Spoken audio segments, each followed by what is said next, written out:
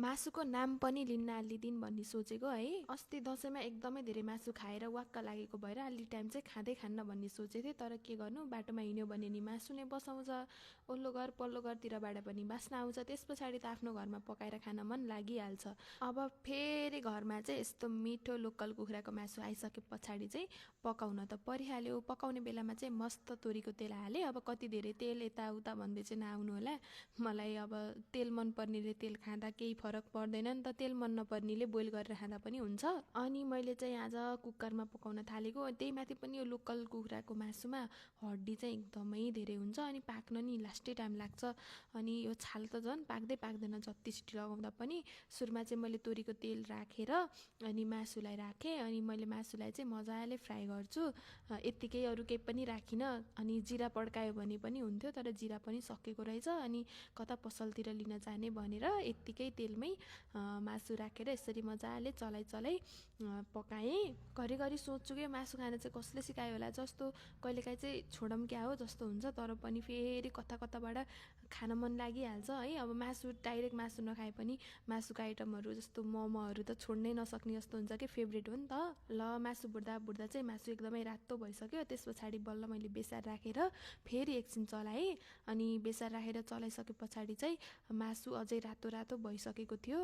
यो स्टिलको कुकरमा पकायो भने चाहिँ स्टिलको कुकर एकदम छिटो तात्छ अनि पिँधमा टाँसिहाल्छ। अनि भात पनि त्यस्तै हुन्छ कि डढिहाल्ने, अनि लास्टै छिटो तात्छ। अब चाहिँ स्टिलको कुकर चाहिँ हाम्रो घरमा म कहिल्यै पनि किन्दिनँ होला कि। अनि दुईवटा छ है, दुईवटै त्यस्तै हो कि, न फ्राई गर्न मिल्छ अनि एकदम छिटो तात्छ। अनि त्यही छिटो सिटी लगाउन चाहिँ काम लाग्छ के अरे, अरू पकाउन चाहिँ लास्टै डढिहाल्ने के। पहिलाको स्टिलको कुकर अलि पातलो थियो, अनि यो चाहिँ अलि बाक्लोवाला किनेको। अनि पसलबाट नि डढ्दैन, यो त बाक्लो छ भनेर भन्नुभएको थियो, तर यो पनि त्यस्तै खालको रहेछ। अनि मैले चाहिँ प्याज चाहिँ पछि राखेर प्याजलाई फ्राई गर्छु एकैछिन। प्याज फ्राई भइसकेपछि मात्रै नुन राखेर फेरि एकछिन फ्राई गरिदिन्छु। अनि हेर्नु त मासु चाहिँ आज चाहिँ मजाले भुटेको छ कि। मलाई कमेन्टभरि मासु भुट्ने ढङ्ग छैन भन्दै भनेको भएर आज चाहिँ म जसरी नि यो मासुलाई एकदम खतरा तरिकाले भुट्छु भन्ने सोचेर पकाउन थालेको। अनि मसलामा चाहिँ मैले अदुवा, लसुन, खुर्सानी, त्यस पछाडि जिरा, धनियाँ सबै कुरा अनि ल्वाङ सुकमेल एभ्रिथिङ चाहिँ मैले यसरी नै मिक्सरमा राखेर पेस्ट बनाएको थिएँ। अनि त्यो पेस्टलाई पनि राखेँ होइन। पिरो चाहिँ अलि बेसी नै हाल्दैछु आज चाहिँ, पिरो झोल खाने भनेर। टन्सिल पनि भएको छ कि, अनि मजाले टन्सिल भयो बेला मासु खान त हुँदैन, तर त्यस्तो धेरै भएको होइन कि, टन्सिल पनि अलिअलि भएको हो। अब मासु यति भइसकेर फ्राई भइसके पछाडि बल्ल टमाटर हाल्ने पालो आउँछ। टमाटर चाहिँ मैले लगभग 4वटादेखि 5वटासम्म काटेर राखेको छु। अनि अमिलो ट्वाक्क मिठो हुन्छ है कुखुराको मासुमा, टमाटर चाहिँ हाल्नै पर्ने हुन्छ। हुन त नहालेको पनि मनपर्छ होला अरूलाई, मलाई चाहिँ हालेकै मनपर्छ। टमाटर हालेर फेरि एकैछिनसम्म चलाइराख्यो भने टमाटर गलिहाल्छ।